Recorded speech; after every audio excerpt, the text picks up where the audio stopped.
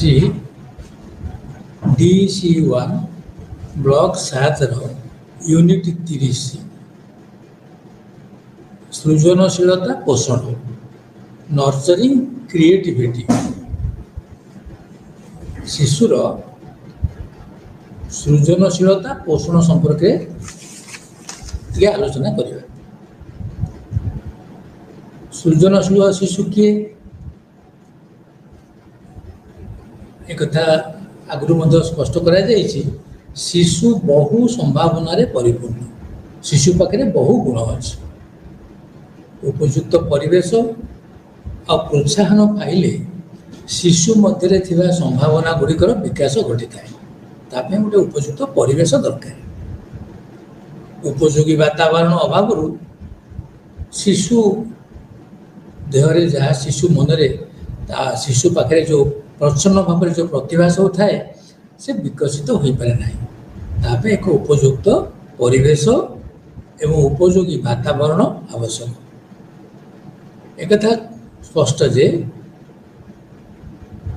Intelligence ବା ବୁଦ୍ଧି ଯାହାକୁ କୁହାଯାଏ ବୁଦ୍ଧିମତ୍ତା ସମସ୍ତଙ୍କ ପାଇଁ ଦରକାର। ସେମିତି ସୃଜନଶୀଳ ହେବା ପାଇଁ ବୁଦ୍ଧିମତ୍ତା ଅତି ବୁଦ୍ଧିମତ୍ତା ହେବା ଦରକାର ଏଭଳି କଥା କିଛି ନାହିଁ। ସାଧାରଣ ବୁଦ୍ଧି ଥିବା ପିଲାମାନେ ମଧ୍ୟ ସୃଜନଶୀଳତାର ଅଧିକାରୀ ହୋଇପାରନ୍ତି। ନୂଆ କରି ସୃଜନଶୀଳତା ତାହେଲେ କାହାକୁ ଆମେ କହିବା? ନୂଆ କରି ସୁନ୍ଦର ବସ୍ତୁଟିଏ, ସୁନ୍ଦର କବିତାଟିଏ ହେଉ, ଗପଟିଏ ହେଉ କିମ୍ବା ଯେକୌଣସି ବୈଜ୍ଞାନିକ ଚିନ୍ତାଧାରାର ନୂଆ ଜିନିଷ ବାହାର କରିବା, ତାକୁ ଆମେ କହୁଛେ ଯେ ନୂଆ କରି ସୁନ୍ଦର ବସ୍ତୁଟିଏ ତିଆରି କରି ତାକୁ ସହଜ ଭାଷାରେ ବୁଝେଇ ପାରିବା, ତାକୁ ଆମେ ସୃଜନଶୀଳତା ବୋଲି କହିପାରିବା। ତେଣୁ ନୂଆ କରି ସୁନ୍ଦର ବସ୍ତୁଟିଏ ତିଆରି କରି ତାକୁ ସହଜ ଭାଷାରେ ବୁଝେଇ ପାରିବା, କହିପାରିବା, ଏଇ ଜିନିଷକୁ ଆମେ ସୃଜନଶୀଳତା ବୋଲି କହିପାରିବା। ଏହି ସୃଜନଶୀଳତା ପାଇଁ ବା ଏହି ସୃଜନଶୀଳତାରେ 3 ଗୋଟି ଉପାଦାନ ଆବଶ୍ୟକ ହୋଇଥାଏ। କ'ଣ କ'ଣ ସେଗୁଡ଼ିକ ସବୁ? ଗୋଟିଏ ହେଉଛି କ୍ଷିପ୍ରତା, ତାକୁ ଇଂରେଜୀରେ ଫ୍ଲୁଏନ୍ସି ବୋଲି କହନ୍ତି। ଆଉ ଗୋଟେ ହେଉଛି ସଚଳତା, ତାକୁ ଫ୍ଲେକ୍ସିବିଲିଟି ବୋଲି କୁହାଯାଇପାରିବ ଇଂଲିଶରେ। ଆଉ ଗୋଟେ ହେଉଛି ମୌଳିକତା, ତାକୁ ଇଂରେଜୀରେ ଅରିଜିନାଲିଟି ବୋଲିକି କୁହାଯାଏ। ତେବେ ଏଇ 3ଟି ଜିନିଷ ବା ଉପାଦାନକୁ ନେଇ ସୃଜନଶୀଳତା ଗଢ଼ି ଉଠେ, ଶିଶୁ ମନରେ ଉଦ୍ରେକ ହୁଏ। କ'ଣ ସେ ଜିନିଷ ସବୁ ତାହେଲେ ହେବ? ଗୋଟେ ଇଟା ଖଣ୍ଡେ ଦେଇ ଗୋଟେ ପିଲାକୁ ପଚରା ହେବ, ଇଟାଟା ଏଇଟା କ'ଣ କହିବ? ଏଇଟା କ'ଣ କାମ ଦେବ? ଗୋଟେ ପିଲା ହୁଏତ କହିବ ଏଇଟା ବାଡ଼ ବନ୍ଧା ହେବ। ଆଉ ଗୋଟେ ପିଲାକୁ ଯଦି ପଚରାଯିବ ସେ 5ଟା ଉତ୍ତର ଦେଇପାରେ, ସାଙ୍ଗେ ସାଙ୍ଗେ ଚଟାପଟ କହିକି ଯାଇପାରେ ଯେ ଏଇଥିରେ କାନ୍ଥ ହେଇପାରିବ, ଏଇଥିରେ ବାଡ଼ ବନ୍ଧା ଯାଇପାରିବ, ଇଟାରେ ଖୁଣ୍ଟି ତିଆରି ହେଇପାରିବ, ଇଟାରେ ବନ୍ଧ କରାଯାଇପାରିବ, ଏମିତି ସବୁ ବିଭିନ୍ନ କଥା କହିପାରେ। ତେବେ ଯେଉଁ ପ୍ରଥମ ପିଲାଟି ଯେତେବେଳେ ଗୋଟିଏ ଉତ୍ତର ଦେଉଛି, ଦ୍ୱିତୀୟ ପିଲାଟି କ୍ଷିପ୍ର ଗତିରେ 2ଟା କି 4ଟା ଉତ୍ତର ଦେଇପାରୁଛି ଇଟାର ଆବଶ୍ୟକତା ବା ଇଟାର ଉପକାରିତା ବିଷୟରେ। ଇଏ ହେଉଛି ଗୋଟିଏ ସୃଜନଶୀଳତାର ଉପାଦାନର ଗୋଟିଏ ଅଙ୍ଗ। ଆଉ ଗୋଟିଏ କଥା ହେଲା ସଚଳତା, ତାକୁ ଆମେ ଇଂରେଜୀରେ ଫ୍ଲେକ୍ସିବିଲିଟି ବି କେତେକ କହନ୍ତି। ତେଣୁ ଯଦି ଗୋଟେ ପିଲା ଉତ୍ତର ଦେଇପାରେ ଇଟା କାନ୍ଥ ହେବ, ଆଉ ଗୋଟେ ପିଲାକୁ ପଚାରିଲେ ସେ ହୁଏତ କହିପାରେ ଯେ ହଁ ଇଟା କାନ୍ଥରେ କିଛି ଲେଖାଯାଇପାରିବ, ଇଟା ଛୋଟ ଖଣ୍ଡ ଭାଙ୍ଗିକିରି କାନ୍ଥରେ ମଧ୍ୟ ଅକ୍ଷର ଲେଖାଯାଇପାରିବ, ଆଉ ଉଡ଼ି ଯାଉଥିବା କାଗଜ ଉପରେ ଇଟା ଖଣ୍ଡେ ଯଦି ମଡ଼େଇ ଦେବା କାଗଜଟା ଉଡ଼ିପାରିବନି। ଆଉ କ'ଣ ହେଇପାରିବ ନା କବାଟ ଯଦି ପଡ଼ି ଯାଉଥିବ ଇଟା ଖଣ୍ଡେ ଯଦି ତା ମୁହଁରେ ଦେଇ ଦିଆଯିବ ସେ ତାକୁ କବାଟକୁ ଅଟକେଇ ଦେବ। ଏଇ ଯେଉଁ ସଚଳତା, ଦ୍ୱିତୀୟ ପିଲାଟି ଯେଉଁ କଥା କହୁଛି ଇଟାର ବିଭିନ୍ନ ପ୍ରକାର ଉପାଦେୟତା ବିଷୟରେ, ଏଇଟା ତାର ମଧ୍ୟ ସୃଜନଶୀଳତାର ଅନ୍ୟ ଏକ ଲକ୍ଷଣ। ସେମିତି ମୌଳିକତା, ନୂଆ ଜିନିଷ, ନୂଆକରି ଯେ ଗପଟିଏ ଲେଖିଲା, ନିଜ ମନରୁ ଯେ କବିତାଟିଏ ଲେଖିଲା, ଗପଟିଏ ଲେଖିଲା କିମ୍ବା କୌଣସି ଏକ ଜିନିଷ ବୈଜ୍ଞାନିକ ଚିନ୍ତାଧାରାରେ କୌଣସି ଏକ ମଡ୍ୟୁଲ ବା ମଡେଲ ବା ତିଆରି କରି ସେ ପ୍ରଦର୍ଶନ କଲା। ଆମେ ସବୁ ବିଜ୍ଞାନ ପ୍ରଦର୍ଶନୀ ହେଉଛି, ପିଲାମାନେ ବିଭିନ୍ନ ପ୍ରକାର ମଡ଼େଲ କରି ଦେଖାଉଛନ୍ତି ଏବଂ ନୂଆ ନୂଆ ତାଙ୍କର ମୌଳିକତା ଥାଇକି ଦେଖାଉଛନ୍ତି। ବେଳେବେଳେ ସେମାନେ ମଧ୍ୟ ପୁରସ୍କୃତ ହୁଅନ୍ତି। ତେଣୁ କ୍ଷିପ୍ରତା, ସଚଳତା, ମୌଳିକତା ଏ ତିନୋଟି ଉପାଦାନ ଯଦି ରହେ ଏବଂ ଏଗୁଡ଼ିକ ପିଲାକୁ ମିଳେ, ତାହେଲେ ତାର ସୃଜନଶୀଳତା ବଢ଼ିବାରେ ସେ ସାହାଯ୍ୟକାରୀ ହେଇଥାଏ। ତେବେ ଆମେ ଯେଉଁ ସବୁ କଥା ସୃଜନଶୀଳତା ବିଷୟରେ ଜାଣିଲେ ବା ଶୁଣିଲେ, ଏଇଟା ପିଲାଙ୍କ ପାଖରେ କିଭଳି ଭାବରେ ଏଇଟା ପୋଷଣ ହେଇପାରିବ? ପିଲାଙ୍କ ପାଖରେ ଏଇ ଜିନିଷଟାକୁ ସାନ ସାନ ପିଲା, ଛୋଟ ଶିଶୁ, ତାଙ୍କ ପାଖରେ ଏଇ ଯେଉଁ କ୍ରିଏଟିଭିଟି, ନର୍ସରିଂ କ୍ରିଏଟିଭିଟି ଯେଉଁ କହୁଛେ ଆମେ, ତାଙ୍କ ଭିତରେ ଏ ସୃଜନଶୀଳତାର କେମିତି ପୋଷଣ କରାଯାଇପାରିବ? ଗୋଟେ ଜଣେ ବୟସ୍କ ଲୋକ ଗୋଟେ ପିଲାକୁ ଯଦି ପ୍ରଶ୍ନ ପଚାରନ୍ତି, ଆଚ୍ଛା ଗୋଟେ ଗୋଲାକାର ଗୋଟେ ଦୁଇଟି ଗୋଲାକାର ବସ୍ତୁର ନାଁ କହିଲ। ଗୋଟେ ପିଲା କହିପାରେ ସାପ ଗୁଡ଼ି ହେଇକି ଶୁଏ, ଏଇଟା ଗୋଲାକାର। ଆଉ କିଏ କହିପାରେ ପେଣ୍ଡୁଟା, ଗୋଲାକାର ପେଣ୍ଡୁ ବି କହିପାରେ। ଆଉ କିଏ କହିପାରେ ଯେ ଲୁଣ ପକେଇଦେଲେ ଟିକେ ନାକୁ, କିଛି ଲୁଣ ପକେଇଦେଲେ ସିଏ ମଧ୍ୟ ଗୋଲାକାର ହେଇକି ରହେ। ଏଇଟା ସାନ ଛୁଆର, ସାନ ଗୋଟେ ଶିଶୁର ଏଇ ମନ୍ତବ୍ୟ। କିନ୍ତୁ ସେଇ କଥା ଯଦି ଜଣେ ବଡ଼ ଲୋକକୁ ପଚାରିବ ଗୋଲାକାର ଦୁଇଟା ବସ୍ତୁ କ'ଣ କୁହ, ସେ କହିଦେଇପାରେ ଗୋଟେ ବଲ୍ ଆଉ ଗୋଟେ ହେଉଛି କମଳା। ତେଣୁ ବୟସ୍କ ଲୋକ କହିଦେଲା କ'ଣ ଯେ ଗୋଟିଏ ବଲ୍ ଆଉ ଗୋଟିଏ କମଳା। କିନ୍ତୁ ସାନ ପିଲା ଯେଉଁ କଥା କହିଲା, ଛୋଟ ଶିଶୁଟିଏ କ'ଣ କହିଛି ଆରମ୍ଭରୁ, ସେ କହୁଛି ସାପ ଗୁଡ଼େଇ ହେଇକି ଗୋଲାକାରରେ ଶୁଏ। ଆମେ ପଚାରୁଛୁ ଗୋଲାକାର ବସ୍ତୁକୁ ଦୁଇଟା ନାଁ କହ, ସେ କହୁଛି ସାପ ଗୁଡ଼େଇ ହେଇକି ଗୋଲାକାର ହେଇକି ରହେ। ବା ରିଙ୍ଗ ବଲ୍, ସିଏ ମଧ୍ୟ ଗୋଲାକାର। କିମ୍ବା ଲୁଣ ଟିକେ ପକେଇଦେଲେ ସିଏ ମଧ୍ୟ ହେଉଛି ଗୋଲାକାର ଦେଖାଯାଉଛି। ଏଇ ଯେଉଁ ଜିନିଷଟା ହେଉଛି, ଯେଉଁ କହିଲା ସେ ଗୋଲାକାର ବାବଦରେ ଯେଉଁ ଶିଶୁଟି କହିଲା, ଇଏ ହେଉଛି ତାର ସୃଜନଶୀଳତାର ଏକ ସୂଚନା। ଆଉ ଗୋଟେ କଥା, ଗୋଟେ ଉଦାହରଣ ଦେଖିବା, ଶିକ୍ଷକ ବା ଜଣେ ଯତ୍ନ ନେଉଥିବା ଲୋକ ଗୋଟେ ପିଲାକୁ ପଚାରିବେ ଯେ ଦୁର୍ଗା ପୂଜା ଦେଖି ଯାଇଥିଲ? ସେ କହିବ, ପିଲା କହିଲା ହଁ। ନା ଯଦି ଯାଇଥିଲ ତାହେଲେ କ'ଣ ସବୁ ଦେଖିଲ ଟିକେ ଆଙ୍କିଲ, ଆମେ ଦେଖିବା। କ'ଣ ସବୁ ମନେ ରଖିଛ ଦେଖି ଆଙ୍କିକି ଦେଖିଲ। ସାନ ପିଲା ଟିକେ ଚାହିଁପାରେ, ତାପରେ ତାର ଯାହା ମନେ ପଡ଼ିବ, ସେ ଲାଇଟ୍ ମନେ ପଡ଼ୁ, ତୋରଣ ମନେ ପଡ଼ୁ, ଦୁର୍ଗା ମୂର୍ତ୍ତି ମନେ ପଡ଼ୁ, ମେଢ଼ ମନେ ପଡ଼ୁ, ଲୋକ ଯାଉଥିବା ମନେ ପଡ଼ୁ, ଯାହା ମନେ ପଡ଼ିବ ସେ କିଛି ଆଙ୍କି ଦେଇକି ଥୋଇଦେବେ। ଆଉ କିଛି ସମୟ ପରେ ବା କିଛି ଦିନ ପରେ ମନେକର ତାର ମା କି ବାପା ଆସିଲେ, ଶିକ୍ଷକ ତାଙ୍କୁ ପଚାରିବେ, ଆଚ୍ଛା ଦୁର୍ଗା ପୂଜାରେ କ'ଣ କଲେ, ଯାଇଥିଲେ କୁଆଡ଼େ ବୁଲିବାକୁ ଯାଇଥିଲେ? ନା ହଁ, ଆମେ ଦୁର୍ଗା ପୂଜା ବୁଲିବାକୁ ଯାଇଥିଲୁ। ନା ଯଦି ଯାଇଥିଲେ କ'ଣ ଯାଇଥିଲେ ଟିକେ କହିଲେ ବା ଲେଖିଲେ? ସେ ମା ହତବାକ୍ ହେଇ ଚାହାନ୍ତି ଏବଂ କହନ୍ତି, ସେ କଥା ସାର୍ କୁହନ୍ତୁନି, ସେ କଥା ଆପଣ କୁହନ୍ତୁନି, ସେଗୁଡ଼ାକ ମୁଁ କରିପାରିବିନି। ଏଇଠି ଗୋଟିଏ କଥା ହେଲା, ସାନ ଛୁଆଟି ଯେତେବେଳେ କ'ଣ ଦେଖିଲା, ସିଏ ତା ମନରେ ଯାହା ଦେଖିଛି ତାକୁ ସେ ଆଙ୍କି ଦେଇପାରୁଛି, କିନ୍ତୁ ବୟସ୍କ ଲୋକଟି ବେଳେବେଳେ କହୁନି। ଏଠି ଯୋଡ଼ିଏ ବୟସ୍କ ଲୋକଙ୍କୁ ତୁଳନା କରାଇବା ଏବଂ ଯୋଡ଼ିଏ ପିଲାଙ୍କୁ ତୁଳନା ଦେଖିବା ତୁଳନାତ୍ମକ ଭାବରେ। ପ୍ରଥମ ବୟସ୍କ ଲୋକ କହିଥିଲେ କମଳା ବା ବଲ୍ ଗୋଲାକାର। ଦ୍ୱିତୀୟ ବୟସ ମହିଳା ଜଣଙ୍କ ଭିତରେ ପଚରା ହେଲା, ସେ କହିଲେ ନାଇଁ ମୁଁ ଦୁର୍ଗା ପୂଜା ବୁଲିବାକୁ ଯାଇଥିଲି, କିନ୍ତୁ ମୁଁ କିଛି ଟାଣିପାରିବିନି କି ଆଙ୍କି ପାରିବିନି। କିନ୍ତୁ ଯେଉଁ ଶିଶୁଟି ବା ପିଲାଟି ବୁଲିବାକୁ ଯାଇଥିଲା, ସିଏ କ'ଣ କରିଛି ନା ସିଏ କ'ଣ ହେଲେ ଟିକେ ନାକୁ ଗାରେଇଲା, ତୋରଣ ହଉ, ମେଢ଼ ହଉ, ଲାଇଟ୍ ହଉ, କିଛି ହେଲା ଆଙ୍କିକିରି ଦେଖେଇଲା। ଏଇଟା ହେଉଛି ସୃଜନଶୀଳତାର ଗୋଟେ ପରିଚୟ।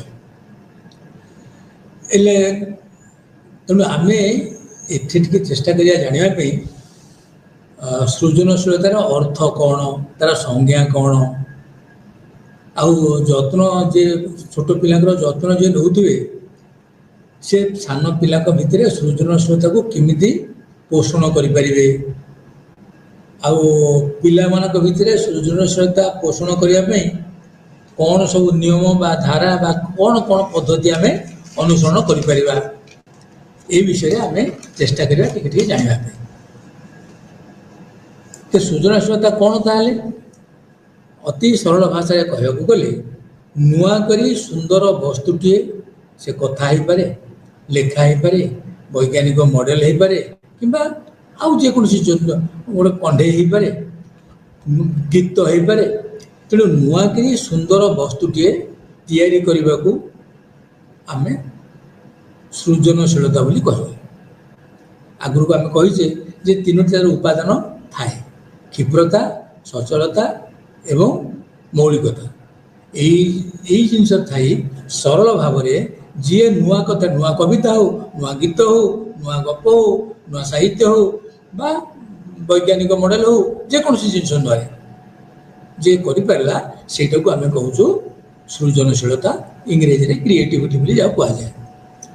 କଳା, ସାହିତ୍ୟ, ଚିତ୍ରାଙ୍କନ, ବୈଜ୍ଞାନିକ କାର୍ଯ୍ୟକଳାପ ଏଇ ସବୁ ସୃଜନଶୀଳତା ଥିଲେ ହିଁ ଏଇଗୁଡ଼ାକ ସବୁ ପରିପ୍ରକାଶ ହେବ। ଯେଉଁମାନେ ସବୁ ବାହାର କରୁଛନ୍ତି ବୈଜ୍ଞାନିକ ନୂଆ ନୂଆ କଥା ବାହାର କରି ମହାକାଶକୁ ଯାଉଛନ୍ତି, ସେ ହେଉଛି ସୃଜନଶୀଳତାର ଅନ୍ୟ ଏକ ପରିଚୟ। ସେମାନେ ସବୁବେଳେ ନିଜର ମସ୍ତିଷ୍କକୁ, ସୂକ୍ଷ୍ମ ମସ୍ତିଷ୍କକୁ ବିନିଯୋଗ କରି ସୃଜନଶୀଳତାର ପରିଚୟ ଦେଇଥାନ୍ତି। ବେଳେବେଳେ କେତେକଙ୍କର ଲେଖା, ଗୀତ, ଚିତ୍ର, ବୈଜ୍ଞାନିକ ଚିନ୍ତାଧାରାକୁ ଲୋକେ କହନ୍ତି ଏଇଥିରେ ନୂତନତ୍ୱ ଅଛି, ଏଇଟା ଅଭିନବ ବୋଲି କୁହାଯାଏ।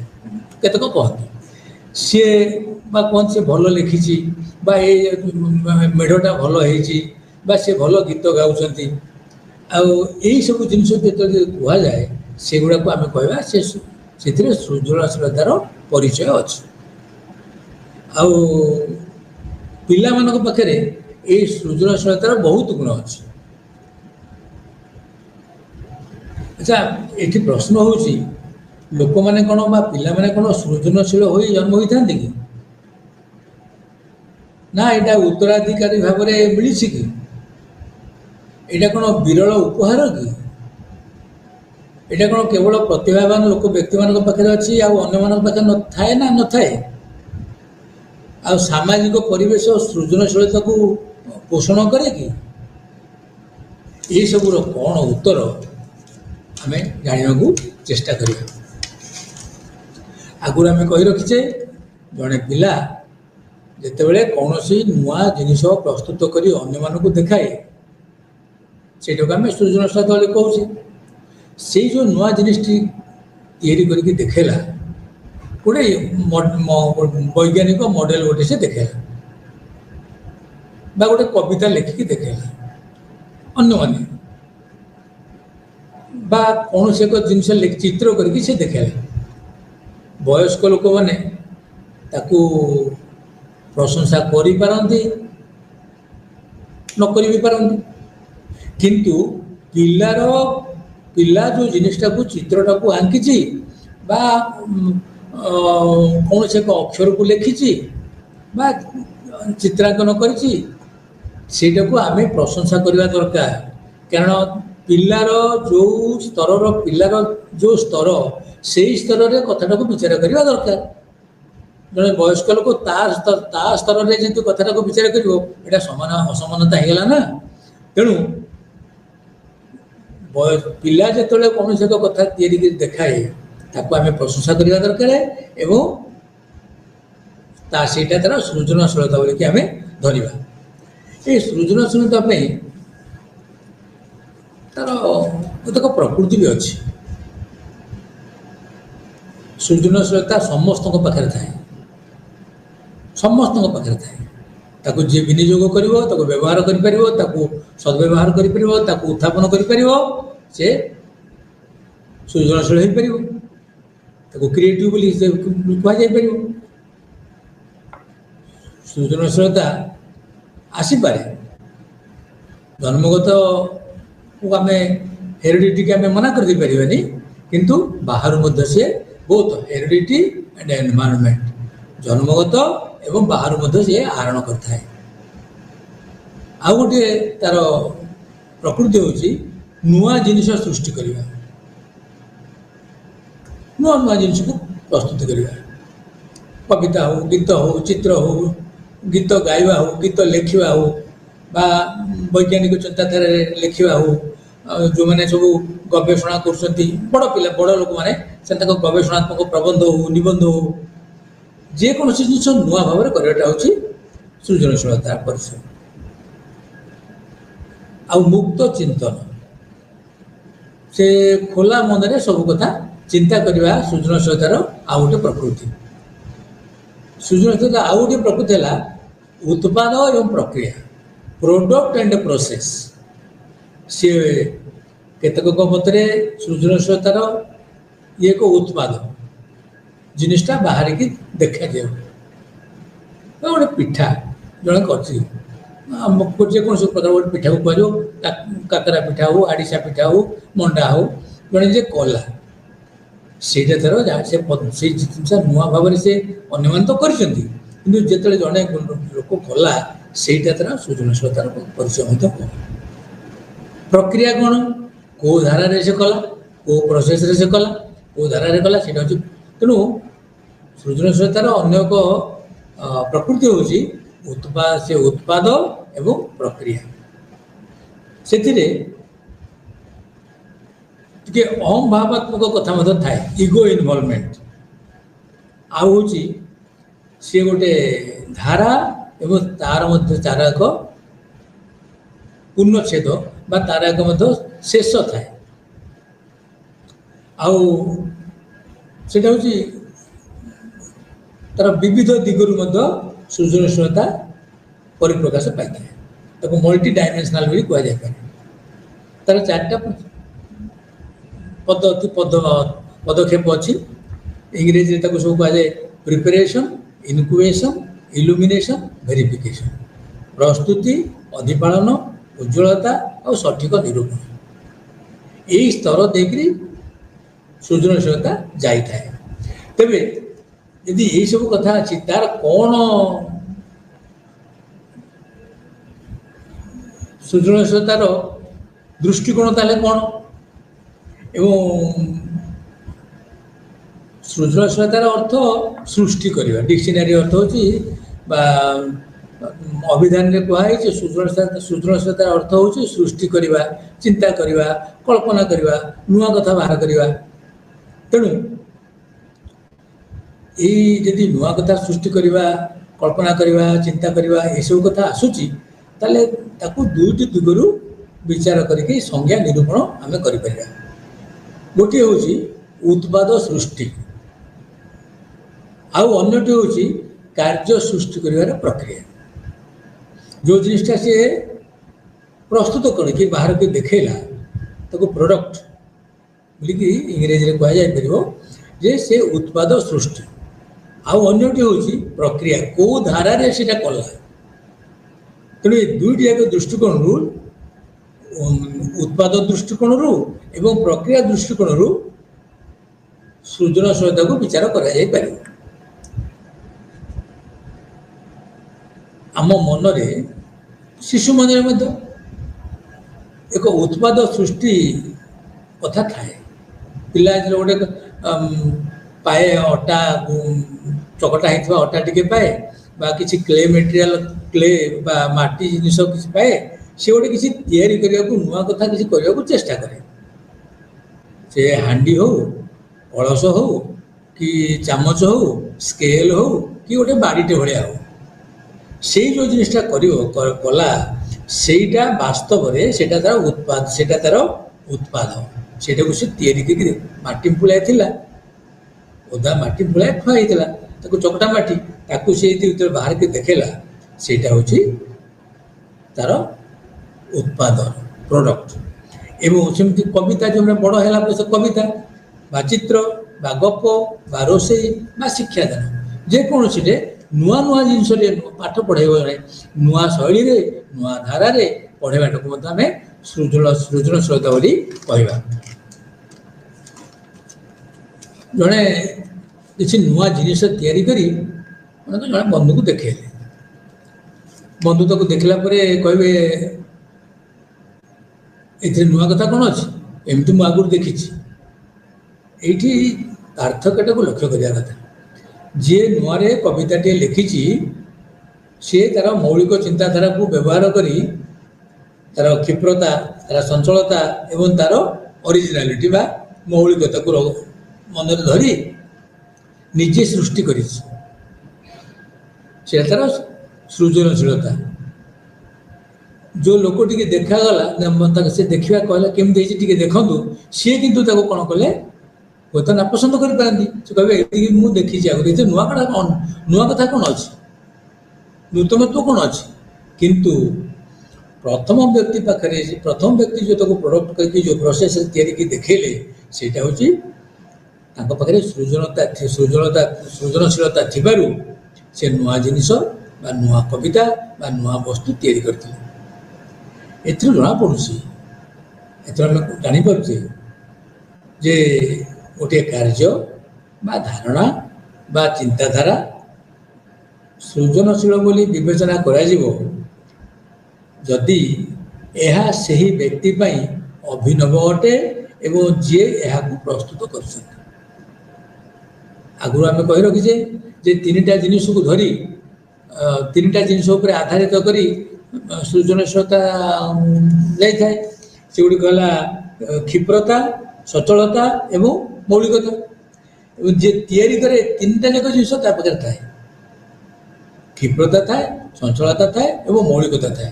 ସେ ନିଜେ ଲେଖିଛି ନା, ପିଲା ଯେଉଁ ଗୀତଟି ଗାଏ, ଛୋଟ ପିଲା ଯଦି ହେଇଥିବ ତା ଭାବରେ ସେ ଗାଉଛି, ସିଏ ଭାବୁଛି ସେଇଟା ତା ପାଇଁ ନୂଆ, ଯଦିଓ ସେ କାହାଠୁ ଶୁଣି ଥାଇପାରେ। ବଡ଼ ହେଲେ ଯେଉଁମାନେ କବିତା ଲେଖନ୍ତି ସେମାନଙ୍କ ସେଇଟା ହେଉଛି ତାଙ୍କର ସୃଜନଶୀଳତା ବା କ୍ରିଏଟିଭିଟିର ଏକ ପରିପ୍ରକାଶ।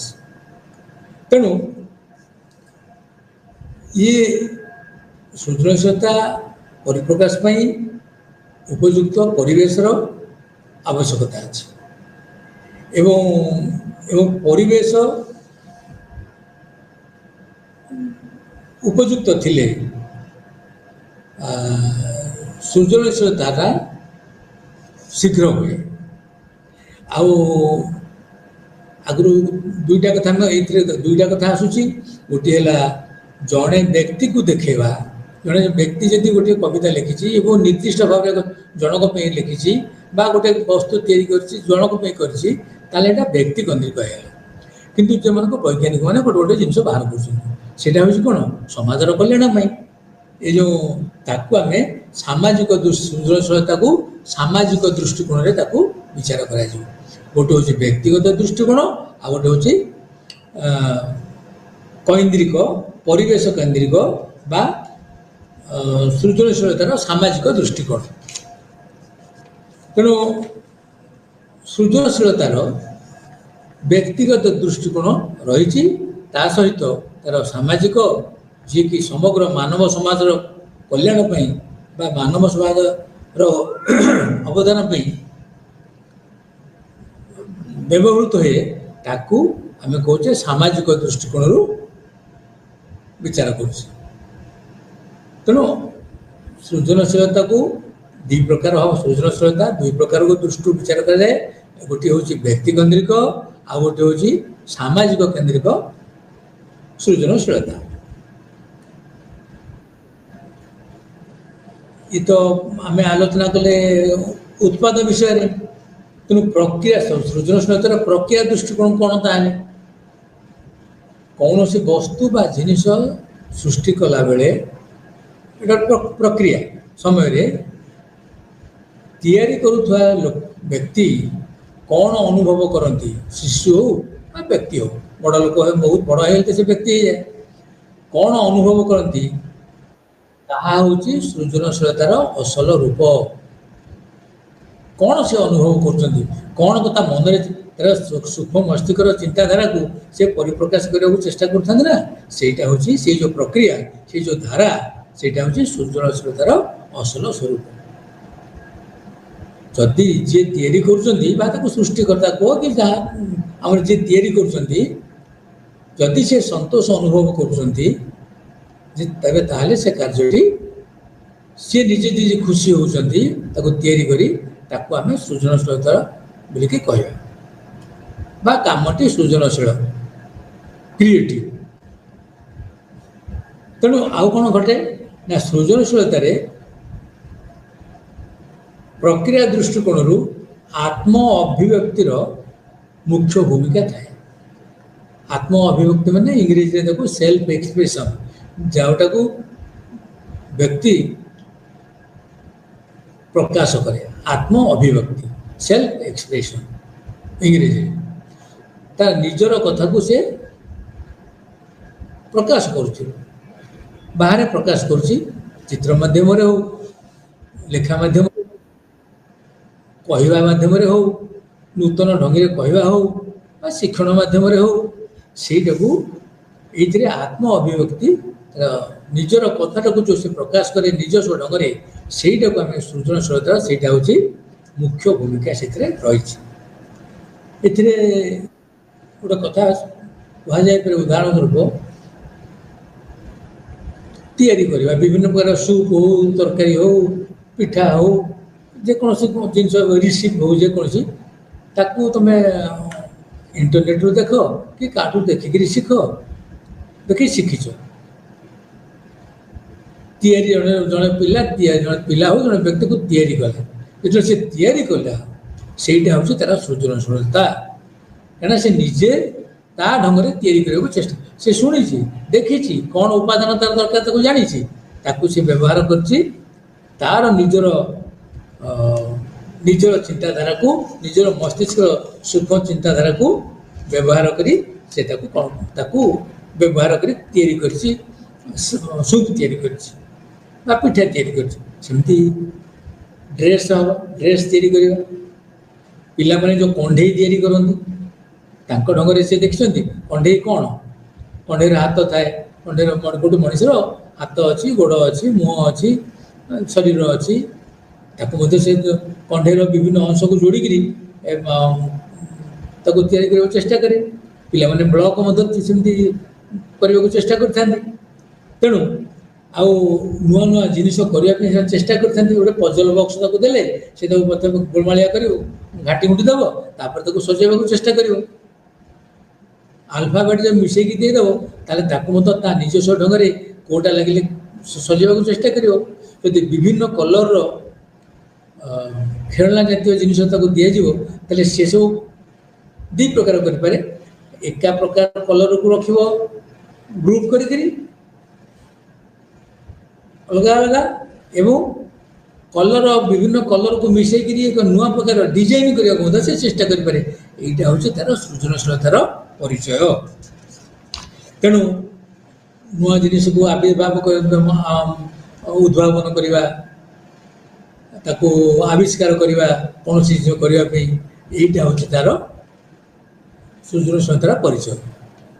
ଗୋଟେ ଲକ୍ଷ୍ୟ କରାଯାଇଛି, ପିଲାମାନେ ଗୋଟେ ଜିନିଷକୁ ପାଇବା ପାଇଁ ଚଢ଼ିବାକୁ ଚେଷ୍ଟା କରନ୍ତି।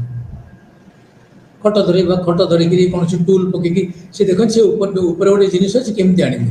ତେଣୁ ସେ ଗୋଟେ କ'ଣ ଜିନିଷ ଥୋଇକିରି ତା ହାତ ପାଉନି, ସେ କେମିତି ଚଢ଼ିକି ଆଣିବ। ଏଇଟା ତା'ର ସୃଜନଶୀଳତାର ଗୋଟେ ପରିଚୟ ଦେଉଛି। ନୂଆ ଭାବରେ ସେ ଜିନିଷଟାକୁ ଆହରଣ କରିବାକୁ ବା ପାଇବାକୁ ଚେଷ୍ଟା କରୁଛି। ଏଠି ଲକ୍ଷ୍ୟ କରିବା କଥା ଯେ ଅଭିନବତ୍ୱ ଏବଂ ସୃଜନଶୀଳତା ଦୁଇଟା ଯାକ ଏକା ଜିନିଷ ନୁହଁ। ସମ୍ପୂର୍ଣ୍ଣ ଭାବରେ ସୃଜନଶୀଳତା ଆମେ କଥା କହିଲେ ନୂତନ ଭାବରେ ଯେଉଁ ଜିନିଷଟା ନଥିବ, ନୂତନ ଭାବରେ ବାହାର କରିବା ପାଇଁ, ଲେଖିବା ପାଇଁ, କରିବା ପାଇଁ ଶିଶୁ ଯେତେବେଳେ ଉଦ୍ୟମ କରେ, ସେଇଟାକୁ ଆମେ ସୃଜନଶୀଳତା ବୋଲି କହିବା। ଏବଂ ସୃଜନଶୀଳତା ହୃଦୟରୁ ଉତ୍ପନ୍ନ ହୁଏ, ତା ମନ ଭିତରୁ, ତାର ସୂକ୍ଷ୍ମ ମସ୍ତିଷ୍କରୁ ବାହାରିଥାଏ। ଆଜିକାଲି ବିଭିନ୍ନ କଥା କୁହାଯାଉଛି, ମସ୍ତିଷ୍କ ଖାଲି ଆମର ସୂକ୍ଷ୍ମ ମସ୍ତିଷ୍କ ଯାହା ତାହା ନୁହେଁ, ହୃଦୟରେ ମଧ୍ୟ କେତେ କହନ୍ତି, ତା ହୃଦୟକୁ ମଧ୍ୟ ନେଇକି କେତେକ କଥା କୁହାଯାଉଛି ଆଜିକାଲି। ତେଣୁ ସେଇଟା ସ୍ୱତଃପ୍ରତ ଭାବରେ ସୂକ୍ଷ୍ମ ମସ୍ତିଷ୍କରୁ ସୃଜନଶୀଳତା ଆସିଥାଏ। ଏଇଟା ହେଉଛି ଜଣଙ୍କର ଅନ୍ତର୍ନିହିତ ସତ୍ତା ଭିତରୁ ସେଇଟା ଉତ୍ପନ୍ନ ହୋଇଥାଏ। ଏବଂ ସେଇଟା ଅନ୍ତର୍ନିହିତ ସତ୍ତାରୁ ଉତ୍ପନ୍ନ ହେଇ ସେଇଟା ବାହ୍ୟ ଜଗତକୁ ସ୍ପଷ୍ଟ ହୁଏ। ତେଣୁ ଲୋକମାନେ କହନ୍ତି ଯେ ସେ ଗୋଟେ ଭଲ ନୂଆ ଜିନିଷ କରିଛି, ସେ ଗୋଟେ ଖଟଟାକୁ ନୂଆ ଡିଜାଇନରେ କରିଛି, କିମ୍ବା ଚୌକିଟାକୁ ନୂଆ ପ୍ରକାରରେ କରିଛି, ବା ପିଲାଟି ଚିତ୍ରଟି ନୂଆ ପ୍ରକାରର କରିଛି। ତ ଏଇ ଯେଉଁ ନୂଆ କଥା କୁହାଗଲା, ଅଭିନବ ବା ନୂତନ କଥା କୁହାଗଲା, ଗୀତ ହେଇପାରେ, କଳା ହେଇପାରେ। ତେଣୁ ତା ନିଜସ୍ୱ ଢଙ୍ଗରେ, ନିଜସ୍ୱ ଶୈଳୀରେ, ନିଜର ଚିନ୍ତାଧାରା ଅନୁସାରେ ସେ ଯେଉଁ କିଛି ଜିନିଷ ଲେଖିଥାଏ ବା ଚିତ୍ର କରିଥାଏ ବା ପେଣ୍ଟିଂ କରିଥାଏ, ସେଇଟାକୁ ଆମେ ସୃଜନଶୀଳତା ବୋଲି କହିବା। ଆମେ ମନେ ରଖିବା କଥା ଯେ ଗୋଟେ ଜିନିଷ ସୃଜନଶୀଳତା ଆଉ ଶିଶୁ ଶିଶୁ ଦେହରେ ସୃଜନଶୀଳତା ଥାଏ। ଶିଶୁ ତାର କିଭଳି ଭାବରେ ବିନିଯୋଗ କରିପାରିବ ସେଇଟା ଶିଶୁ ଉପରେ ନିର୍ଭର କରେ। ସୃଜନଶୀଳତା ଗୋଟେ ବିରଳ ଉପହାର ନୁହେଁ, ତାକୁ କିଏ ଦେଇନି। ମନ ଭିତରୁ ତାର ସୂକ୍ଷ୍ମ ମସ୍ତିଷ୍କରୁ ତାର ସେଇଟା ସୃଷ୍ଟି ହୁଏ, ଶିଶୁ ତିଆରି କରେ। ଆଉ ଏକଥା ମଧ୍ୟ ସ୍ପଷ୍ଟ ଯେ ପ୍ରତ୍ୟେକ ଶିଶୁର ସୃଜନଶୀଳ ହେବାର କ୍ଷମତା ରହିଛି। ସମସ୍ତଙ୍କ ପାଖେ ଏତେ ଦକ୍ଷତା ଅଛି। କ୍ରିଏଟିଭ ହବା ବା କ୍ରିଏଟିଭିଟି ଯେଉଁ କଥା କୁହାଯାଉଛି ସୃଜନଶୀଳତା ସମସ୍ତଙ୍କ ପାଖରେ ରହିଛି, ସବୁ ପିଲାଙ୍କ ପାଖରେ ଅଛି। କାହାର କେଉଁ ପ୍ରକାର ସୃଜନଶୀଳତା, ସେ କିଭଳି ଭାବରେ ବିକଶିତ ହେବ, ସେ ଏକ ଭିନ୍ନ ପ୍ରଶ୍ନ। କିନ୍ତୁ ସମସ୍ତଙ୍କ ପାଖରେ ଏହା, ସବୁ ପିଲାଙ୍କ ପାଖରେ ଏହା ଅଛି। ଏ ଗୋଟେ ଆମେ ଗୋଟେ ଛୋଟିଆ ଉଦାହରଣ ଭଳିଆ କହିପାରିବା ଯେ ଗ୍ରାମାଞ୍ଚଳ ବା ସହରାଞ୍ଚଳରେ ପିଲାମାନେ ବିଭିନ୍ନ ଆକାରର ଜିନିଷ ସହିତ ଅଭ୍ୟସ୍ତ। ଟ୍ରାଇବଲ ଆଦିବାସୀ ଅଞ୍ଚଳର ପିଲାମାନେ ଏତେ ଗୁଡ଼ାଏ ଜିନିଷ ସହିତ ସେମାନେ ପରିଚିତ ନଥାନ୍ତି। ଗୋଟିଏ ଆଦିବାସୀ ପିଲା କିନ୍ତୁ କ'ଣ କରିପାରିବ, ଯଦି ଆମେ ଆମର ବୁଦ୍ଧି ମାପିବା ପାଇଁ ଆମର ଗୋଟେ ରାଭେନ୍ସ କଲର୍ଡ ପ୍ରୋଗ୍ରେସିଭ୍ ମାଟ୍ରିସେସ୍ ବୋଲି ଗୋଟେ ଇନଷ୍ଟ୍ରୁମେଣ୍ଟ ବା ଗୋଟେ ବହି ଅଛି, ତାକୁ ଦେଖିକି ପିଲାକୁ କୁହାଯାଏ ଯେ କେଉଁ ଚାରିଖଣ୍ଡରୁ ଗୋଟେ ଗୋଟେ ଚିତ୍ର ଦେଖା ହେଇଥାଏ, ସେଥିରେ ବିଭିନ୍ନ ଅଂଶ ଥାଏ, ଆଉ ଗୋଟେ ଥାଏ ବିଭିନ୍ନ ଅଂଶ ଅଲଗା ଅଲଗା ଥାଏ। ତାକୁ ପଚରାଯିବ କେଉଁ ଖଣ୍ଡକ ଏଇଠୁ ନେଇ ରଖିଲେ ଚିତ୍ରଟା ପୂର୍ଣ୍ଣାଙ୍ଗ ହେବ।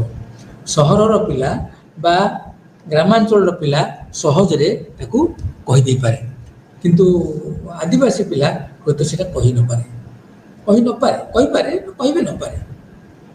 ଅପରପକ୍ଷେ ଦେଖାଯାଉ, ଗୋଟେ ଗଛରେ ଗୋଟେ ଆମ୍ବ ଅଛି କି ଗୋଟେ ନଡ଼ିଆଟେ ଅଛି। ଆଦିବାସୀ ପିଲା ତାର ବାଟୁଳି ଖୋଳାରେ ହଉ କି ଧନୁ ତୀର ମାରିକିରି ସେ ଆମ୍ବଟାକୁ ଖସେଇ ଦେବ, କି ସେ ନଡ଼ିଆଟାକୁ ଖସେଇ ଦେବ, କି ପଣସଟାକୁ ଖସେଇ ଦେବ। ଗ୍ରାମାଞ୍ଚଳ ବା ସହରାଞ୍ଚଳର ପିଲା ସହଜରେ ସେ କଥା କରିପାରିବେନି। ଏଠି ଦକ୍ଷତା ଦେଖାଯାଉ, ଏଠି ସୃଜନଶୀଳତା ଦେଖାଯାଉ।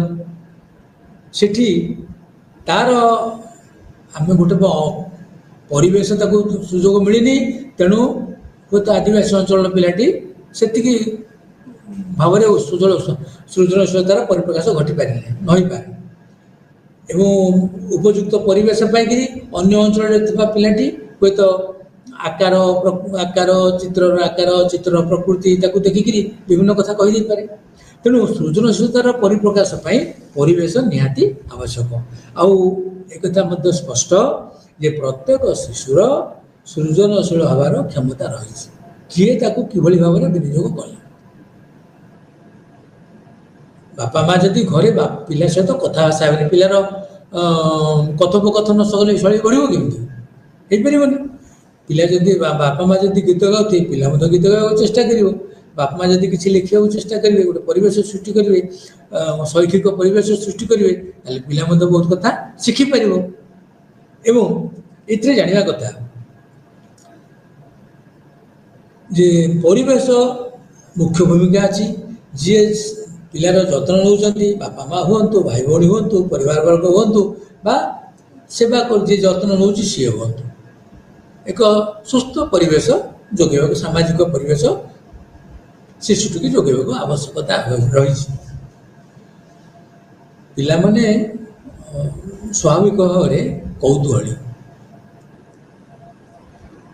ଯାହା ସେ ପାଆନ୍ତି ସେ ଜିନିଷଟାକୁ ସେମାନେ ନିଜ ପାଇଁ ସେ ଆଗ ପରୀକ୍ଷା ନିରୀକ୍ଷା କରିବାକୁ ଚେଷ୍ଟା କରନ୍ତି ଏବଂ ସେ ଖୋଜିବାକୁ ଚେଷ୍ଟା କରନ୍ତି ଏ ଜିନିଷରେ କ'ଣ ଅଛି।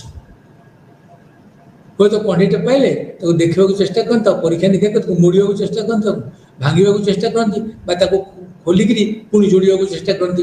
ଇଏ ହେଉଛି ସୃଜନଶୀଳତାର ପରିଚୟ। ଆଉ ସେ ଯେତେବେଳେ କରିପାରନ୍ତି ସେତେବେଳେ ସେ ତାଳି ମାରିକି ହସି ଦିଅନ୍ତି, ସେ ନିଜେ କରିପାରିছে ନା। ତେଣୁ ଏଇ ପିଲାମାନଙ୍କର ଯେଉଁ କୌତୂହଳୀ ମନ, ଏବଂ ତାଙ୍କର ଯେଉଁ ଦକ୍ଷତା ଏବଂ ତାଙ୍କ ଭିତରେ ଥିବା ସୃଜନଶୀଳତା ଉପଯୁକ୍ତ ପରିବେଶ ଉପଯୁକ୍ତ ଜିନିଷ ପାଇବାରୁ ଏଇଟା ସୃଷ୍ଟି କରିପାରିଲେ। ଆଉ ଗୋଟେ କଥା ହେଉଛି ଶିକ୍ଷଣ। ଜଣେ ପିଲାକୁ ଯଦି ଆମେ କିଛି ଶିଖେଇବାନି, ତା ଆଗରେ କିଛି କାର୍ଯ୍ୟକଳାପ ନ ଦେଖେଇବା, ତାହେଲେ ଶିଶୁ କେମିତି ଜାଣିବ? ଧରନ୍ତୁ ବ୍ରସ୍ କରିବା ବି ତାକୁ ଶିଖିବା, ତା ଆଗରେ ବ୍ରସ୍ କରିବ ଏବଂ ଶିଶୁ ତାପରେ ଜାଣିବ ବ୍ରସ୍ କରିବା ତାକୁ ଶିଖେଇବ, ସେ କରିବ।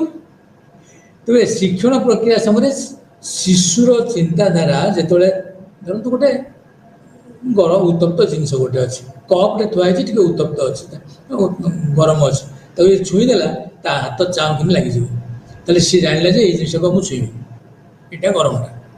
ତେଣୁ ଏଇଟା ଗୋଟେ ଶିକ୍ଷଣ। ତେଣୁ ଶିକ୍ଷଣ ପ୍ରକ୍ରିୟା ସମୟରେ ଶିଶୁର ଚିନ୍ତାଧାରା ଅଭିନବ, ସେଥିରେ ନୂତନତ୍ୱ ଥାଏ ଏବଂ ନୂତନ ଦୃଷ୍ଟିକୋଣରୁ ସେ ମୂଳ ଜିନିଷ, ଅରିଜିନାଲ କଥା ଯାହା କୁହାଯାଏ, ମୂଳ ଜିନିଷ ସୃଷ୍ଟି କରିବା ପାଇଁ ଚିନ୍ତା କରିବାକୁ ଆରମ୍ଭ କରେ। ସେମାନଙ୍କ କାଦୁଅ ମେଞ୍ଚାଏ ଧରିଛି, କାଦୁଅ ମେଞ୍ଚାରେ ବା ଅଟା ଗୋଳାଟେ ଧରିଛି, ସେମାନଙ୍କ ଗୋଟେ ସ୍କେଲ ଭଳିଆ କରିଛି, ତାକୁ ପୁଣି ହାତରେ ଗୋଲ କରିକି ଚକଟି ଦେଇକିରି ପୁଣି ଗୁଳା କରିଦେଇକିରି ସେ ଗୋଟେ ଚାମଚ କରିବାକୁ ଚେଷ୍ଟା କରିବେ। ଏ ଚାମଚ କରିବା ଜିନିଷଟା ଯେଉଁ ଅଟା ଗୋଳାରେ ସେ କଲା, ସେଇଟା ତାର ଗୋଟେ ଏ ନୂଆ ଜିନିଷଟି କରିବାକୁ ଚେଷ୍ଟା କଲା, ସେଇଟା ହେଉଛି ତାର ଗୋଟେ ସୃଜନଶୀଳତାର ପରିଚୟ। ଆଉ ଗୋଟେ କଥା କୁହାଯାଇପାରେ, ଗୋଟେ ପିଲା ବଲ୍ଟେ ଧରିକିରି ମାରିଲା, ବଲ୍ଟା ବହୁତ ଦୂର ପର୍ଯ୍ୟନ୍ତ କିଛି ବାଟ ଯାଇପାରେ, ସେ ଚାରିଗୁଣିଆ ଜିନିଷ ଧରିକି ଆଉ ଗୋଟେ ଚାରିଗୁଣିଆ ଜିନିଷ ଧରିକି ମାରିଲା, ସେ ଅଳ୍ପ ବାଟ ଯିବ। ଏଇଠି ପିଲା ଜାଣିପାରିବ ଯେ ଗୋଲାକାର ବସ୍ତୁଟା ବେଶ କିଛି ଦୂର ଯାଇପାରିବ, ଏ ଚାରିଗୁଣିଆ ଆକାର ବସ୍ତୁଟା ବେଶୀ ବାଟ ଯାଇପାରିବ। ଏ ପାର୍ଥକ୍ୟଟାକୁ, ଏ ପ୍ରଭେଦଟାକୁ ଶିଶୁ ଜାଣିପାରେ। ଏଇ ଯେଉଁ ପ୍ରଭେଦଟା ଜାଣିବା ହେଉଛି ସୃଜନଶୀଳତାର ଏକ ପରିଚୟ। ତେଣୁ ପିଲାମାନଙ୍କ ପାଇଁ କିଛି ନୂଆ ଶିଖିବା, ଲେଖିବା, ଗୋଟେ ଜିନିଷକୁ ଆଉ ଗୋଟେ ଜିନିଷକୁ ଯୋଡ଼ିବା, ଇଏ ହେଉଛି ସୃଜନଶୀଳ କାର୍ଯ୍ୟ। ରଙ୍ଗ କରିବା, ଡ୍ରଇଂ କରିବା, ପେଣ୍ଟିଂ କରିବା, ଆଗରୁ ଆମେ ପଢ଼ିଛେ ପେଣ୍ଟିଂ କରିବା, ସ୍ପ୍ରେ ପେଣ୍ଟିଂ କରିବା, ଚିତ୍ରକଳା କରିବା, ଚିତ୍ର କରିବା, ଇଏ ସବୁ ସୃଜନଶୀଳ ଉପାଦାନ। ତାକୁ ବ୍ୟବହାର କରି ଶିଶୁର ସୃଜନଶୀଳତା ବଢ଼ିପାରେ। ତେଣୁ ଆଖପାଖରେ ଯେଉଁ ଜିନିଷ ସବୁ ଶିଶୁର ଥାଏ, ସେ ଜିନିଷକୁ ନେଇ ଶିଶୁ କିଛି କିଛି କଥା ଆବିଷ୍କାର କରିବାକୁ ଚେଷ୍ଟା, ଆବିଷ୍କାର ମାନେ ତା ଚିନ୍ତାଧାରାର ଆବିଷ୍କାର ଯାହା ଆମର ଅଭିଧାନ ଅନୁସାରେ ଯାହା କୁହାହେଇଛି ସେଭଳି ନୁହେଁ, ଶିଶୁର ଚିନ୍ତାଧାରା ଅନୁସାରେ ସେ ନୂଆ ଜିନିଷ କରୁଛି। ତେଣୁ ବୟସ୍କମାନଙ୍କୁ ହୁଏତ ସେଇଟା ପୁରୁଣା ଲାଗିପାରେ, କିନ୍ତୁ ଶିଶୁ ପାଇଁ ଏଇଟା ନୂଆ ନା, ସେ ତା ନୂଆ ଧାରାରେ କରୁଛି। କଣ୍ଢେଇ ଯୋଡ଼ିବା ହଉ କି ମାଟି ପିଣ୍ଡୁଳାଟେ ଧରି ତାକୁ ସେଥିରେ ବିଭିନ୍ନ ଜିନିଷ ତିଆରି କରିବା ହଉ, କିମ୍ବା ପେନସିଲ ବା କ୍ରେୟନ୍ ଧରିକି କ'ଣ ଗୋଟେ ଲେଖିବା କି ଚିତ୍ର କରିବା, କି ଗୋଟେ କ୍ରେୟନ୍ ଧରିକି କିଛି ଚିତ୍ର କଲା, ଆଉ ଗୋଟେ କ୍ରେୟନ୍ ଧରିକି ଆଉ ଗୋଟେ ଅଲଗା କଲରର ତାପରେ ମଡ଼େଇଲା, କି ତାକୁ ବିଭିନ୍ନ ପ୍ରକାର ଚିତ୍ର କରିବାକୁ ଚେଷ୍ଟା କଲା, ସେଇଟା ହେଉଛି ସୃଜନଶୀଳତାର ପରିଚୟ। ତେଣୁ ସେଇ ଜିନିଷଟା ବୟସ୍କମାନଙ୍କୁ ହୁଏତ ଲାଗିପାରେ ଏଇଟା ଗୋଟେ ପୁରୁଣା, କିନ୍ତୁ ପିଲାଙ୍କ ପାଇଁ ଏଇଟା ଗୋଟେ ବଡ଼ ଲମ୍ଫ, ମାନେ ସେ ଡେଇଁଲା ଭଳିଆ ତାକୁ ଲାଗିବ ସେ କରିପାରିଛି, ସେ ସଫଳ ହେଇପାରିଛି। ତେଣୁ ଏଇଟାକୁ ସେଇ ଯେଉଁ ସଫଳ ହୋଇ ତାର ଯେଉଁ ସଫଳତା ବା ସେ ଯେଉଁ ସଫଳ ହେଇପାରିଛି, ସେଇଟାକୁ ଆମେ ସ୍ୱୀକାର କରିବା ଦରକାର, ଆମେ ତାକୁ ଚିହ୍ନିବା ଦରକାର, ତାକୁ ଉତ୍ସାହିତ କରିବା ଦରକାର। ହଁ କରିପାରିଲୁ, ଠିକ୍ ଅଛି, ବହୁତ ବଢ଼ିଆ। ଏହାଦ୍ୱାରା ଶିଶୁଟି ଉତ୍ସାହିତ ହେବ ଏବଂ ସେଭଳି କେତେକ କାର୍ଯ୍ୟ କରିବାକୁ ଇଚ୍ଛା ପ୍ରକାଶ କରିବ। ଆଉ ଗୋଟେ କଥା କୁହାଯାଇପାରେ, ସବୁବେଳେ ପିଲାଟାକୁ ଖୁଆଉଥିବ, ତାକୁ ସ୍ପୁନ୍ ଫିଡ଼ିଂ ବୋଲି କୁହାଯାଏ। ସବୁ କଥାରେ ତାକୁ ଖାଲି କହିପାରୁନି, ହଁ ତୁମେ ନିଅ କ'ଣ ସେ ହୋମୱାର୍କ କି କ'ଣ ସାର୍ କି ମ୍ୟାଡ଼ାମ୍ କ'ଣ ଦେଇଛନ୍ତି କରିପାରୁନି, ତାକୁ ଟିକେ ସାହାଯ୍ୟ କରି କରିଦିଅ, ତାକୁ ଟିକେ କହିଦିଅ, ତାର କରିଦିଅ। ନା, ତାକୁ ସବୁବେଳେ ତାକୁ ଯେମିତି ଖୁଆଇ ଦେବା ଅପେକ୍ଷା ସିଏ ନିଜେ କେମିତି ଖାଇବ ସେଇ କଥାଟା ତାକୁ ଶିଖେଇବା ଦରକାର। ଏମିତି ଚାମଚରେ ଏମିତି ଧରି ଖା, ବା ହାତରେ ଏମିତି ଧରି ଖା, ବା ଚାମଚରେ ଏମିତି ଧରି ଖା, କଲମ ବା ପେନସିଲ କି ଏମିତି ଧର, ଏମିତି ଚିତ୍ର କର, ତାକୁ ଧୀରେ ଧୀରେ କହିବା ଶିଖେଇ ଦେବା ଦରକାର। ତାହେଲେ ଏଇ ଯେଉଁ ଦୁଇଟା କଥା ହେଲା, ଗୋଟେ ହେଉଛି ପିଲାର ଶିକ୍ଷଣ ପ୍ରକ୍ରିୟାରେ ବାପା ମା' ବା ଯତ୍ନ ନେବା ଲୋକ ସାହାଯ୍ୟ କଲେ, ତା ସହିତ ଶିଶୁର ସୃଜନଶୀଳତାକୁ ବଢ଼ିବାରେ ସାହାଯ୍ୟ କଲେ। ଆଉ ଅବଶ୍ୟ ଏଇ ଜିନିଷ ସବୁ ବୟସ୍କମାନଙ୍କର ପରାମର୍ଶରେ ଆଉ ବୟସ୍କ ଲୋକମାନଙ୍କର ସହଯୋଗିତା ରହିଲେ ଶିଶୁଟିର ସୃଜନଶୀଳତା ପୋଷଣରେ ବହୁତ ସୁବିଧା ହେଇଥାଏ। ପିଲାମାନେ ସେ ଯେତେବେଳେ ପିଲାମାନଙ୍କୁ ନିଜ ପାଇଁ ଖୋଜିବା ପାଇଁ ସୁଯୋଗ ଦିଆଯାଏ, ସେଇଟା ମଧ୍ୟ ଗୋଟେ ସୃଜନଶୀଳତାର ଗୋଟେ କାର୍ଯ୍ୟ। କୌଣସି ଜିନିଷ କେଉଁଠି ବଲ୍ ଅଛି, ଚିତ୍ର ବହି ଭିତରେ କୁହାଯିବ କେଉଁଠି ବଲ୍ ଅଛି ଖୋଜ, ପିଲା କ'ଣ କରିବ ନା ଖାତାଟାକୁ ଲେଉଟେଇ ଲେଉଟି ଡ୍ରଇଂକୁ ବା ଅଙ୍କନ ଖାତାକୁ ଲେଉଟେଇ ଲେଉଟି ଆଙ୍ଗୁଠି ଦେଖେଇବ ଏଇଠି ବଲ୍ ଅଛି। କେଉଁଠି ଅଛି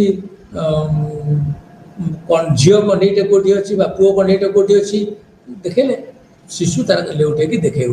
ଏଇ ଜିନିଷ ଯେଉଁ ଖୋଜିବା, ଅନ୍ୱେଷଣ କରିବା, ଗୋଟେ ଜିନିଷକୁ ପାଇବା, ସେଇଟା ହେଉଛି ସୃଜନଶୀଳତାର ପରିଚୟ। ତେଣୁ ଆଉ ସୃଜନଶୀଳତାର କାର୍ଯ୍ୟ ମଧ୍ୟ। ତେଣୁ ଆମେ ଜାଣିପାରୁଛେ, ଏଥିରୁ ଜଣାପଡ଼ୁଛି ଯେ ଶିକ୍ଷଣର ବହୁତ ଲର୍ଣ୍ଣିଂ ଯେଉଁଗୁଡ଼ା କୁହାଯାଏ, ଶିକ୍ଷଣ, ଉପଯୁକ୍ତ ଶିକ୍ଷଣ ଆଉ ଉପଯୁକ୍ତ ଅକ୍ଷଣ ସ୍ଥିତି ସମସ୍ତ ପିଲାଙ୍କ ପାଖରେ ଅଛି ଏବଂ ସବୁ ପିଲା ଶିଖିପାରିବେ ଏବଂ ସେମାନଙ୍କର ସୃଜନଶୀଳତାର ଏହି ଶିକ୍ଷଣ ଆଉ ଶିକ୍ଷଣ ପଦ୍ଧତି ସୃଜନଶୀଳତାକୁ ପୋଷଣ କରିବାରେ ବହୁତ ସାହାଯ୍ୟକାରୀ ହୋଇଥାଏ। ଆଉ ଗୋଟେ ଜିନିଷ, ସବୁ ଆମେ ଏପର୍ଯ୍ୟନ୍ତ ଯାହା ଆଲୋଚନା କରୁଛେ, ସବୁ ପିଲାଙ୍କ ପାଖରେ ଦକ୍ଷତା ଅଛି, ସବୁ ପିଲାଙ୍କର ସୃଜନଶୀଳତା ଅଛି, କ୍ରିଏଟିଭିଟି ସମସ୍ତଙ୍କ ପାଖରେ ଅଛି, ସବୁ ପିଲା ସୃଷ୍ଟି କରିପାରିବେ। ତାହେଲେ ଯେଉଁଠି ପିଲାମାନେ ବସୁଛନ୍ତି ବା ଶିଖୁଛନ୍ତି, ଶ୍ରେଣୀଗୃହ ହେଉ ବା ଘର ହେଉ ବା ଏକାଠି ବସିଥିଲା ଭଳିଆ, ସେଠି ଶିକ୍ଷକ ବା ଶିକ୍ଷୟିତ୍ରୀ ବା ଯତ୍ନ ନେଉଥିବା ଲୋକ କିଛି ବାଛ ବିଚାର କରିବା ଉଚିତ ନୁହେଁ। ସେ ପିଲାଟା ଭଲ କରିପାରୁଛି, ତେଣୁ ତାକୁ ବେଶୀ ଆମେ ନଜର ଦେବା, ଆଉ ଗୋଟେ ପିଲା ଟିକେ ପଛଉଛି, ନଜର ଦେବାନି। ନା, ସମସ୍ତଙ୍କୁ ସୁଯୋଗ, ଏକା ପ୍ରକାର ସୁଯୋଗ ଶ୍ରେଣୀଗୃହରେ ଦେବା ଦରକାର। ଆଉ କିଛି ପିଲାଙ୍କୁ ପ୍ରୋତ୍ସାହିତ କରି ଅନ୍ୟମାନଙ୍କୁ ସୁଯୋଗ ନ ଦେବା, ସେଇଟା ଆଦୌ ଠିକ୍ ନୁହେଁ। ଏକଥା କୁହାଯାଇପାରେ, ଯେତେବେଳେ ଶ୍ରେଣୀରେ ଶିକ୍ଷକ ପଢ଼ାନ୍ତି, ସମସ୍ତଙ୍କୁ ପଢ଼ାନ୍ତି, ଆଉ କିଛି ପିଲାଙ୍କୁ ସ୍ୱତନ୍ତ୍ର ଧ୍ୟାନ ଦେବା, ଅନ୍ୟମାନଙ୍କୁ ନ ଦେବା, ନା, ସେ କଥା ଘଟିବନି। ତେଣୁ ସବୁ ଶିଶୁଙ୍କୁ, ସବୁ ପିଲାଙ୍କୁ ସମାନ ଭାବରେ ସୁଯୋଗ ଦେବା ଦରକାର। ତାହେଲେ ସୃଜନଶୀଳତା ବୃଦ୍ଧି ଘଟିଥାଏ। ଆଉ କେତେକ ପିଲା ସୃଜନଶୀଳ ଆଉ ଅନ୍ୟମାନେ ସାଧାରଣ, ଏଇ ଧାରଣା ରହିବା ଆଦୌ ଠିକ୍ ନୁହେଁ। ସୁଯୋଗ ପାଇଲେ ସାଧାରଣ ଶିଶୁ ମଧ୍ୟ ବହୁତ ଉପରକୁ ଯାଇପାରେ। ଆମେ ଦେଖିଛେ ଏବଂ ଗବେଷଣା କରିକି ମଧ୍ୟ ଲୋକ ଜାଣିପାରିଛନ୍ତି ଯେ ସାଧାରଣ ବର୍ଗର, ସାଧାରଣ ଭାବର ଶିଶୁ ମଧ୍ୟ ବହୁତ ଉପରକୁ ଯାଇଛନ୍ତି, ନୂଆ ନୂଆ କଥା ମଧ୍ୟ କରିଛନ୍ତି ଏବଂ ସେମାନେ ବହୁତ ବିଶ୍ୱ ରେକର୍ଡ କଲା ଭଳିଆ କାମ ମଧ୍ୟ କରିଛନ୍ତି। ତେଣୁ ସାଧାରଣ ବର୍ଗର ପିଲା ବୋଲିକିରି ବା ସାଧାରଣ ବୁଦ୍ଧିମାନର ବୁଦ୍ଧି ଥିବା ପିଲା ବୋଲିକିରି ପିଲାକୁ କେବେ ହେଲେ ଅବହେଳା କରିବ ନାହିଁ। ଯିଏ ଭଲ ଉତ୍ତର ଦେଉଛି ସିଏ ଭଲ, ଖାଲି ଉତ୍ତର ଦେବାଟା କ'ଣ ସୃଜନଶୀଳତାର ଗୋଟେ ଲକ୍ଷଣ? ସିଏ ଗୋଟେ ହୁଏତ ନମ୍ବର ପାଇବ, ମାନକ ଦୃଷ୍ଟିରୁ ନମ୍ବର ପାଇବା ଦୃଷ୍ଟିରୁ ସିଏ ହୁଏତ ଭିନ୍ନ କଥା, କିନ୍ତୁ ସୃଜନଶୀଳତା ଏକ ନୂଆ କଥା। ତେଣୁ ସୃଜନଶୀଳତା बुद्धि ठारू ढेर उपरे एक कथा को मन रखा दरकार। तेणु सबु पिला प्रोत्साहित करवा तांको उपयुक्त सुजोग देवा निहाती दरकार।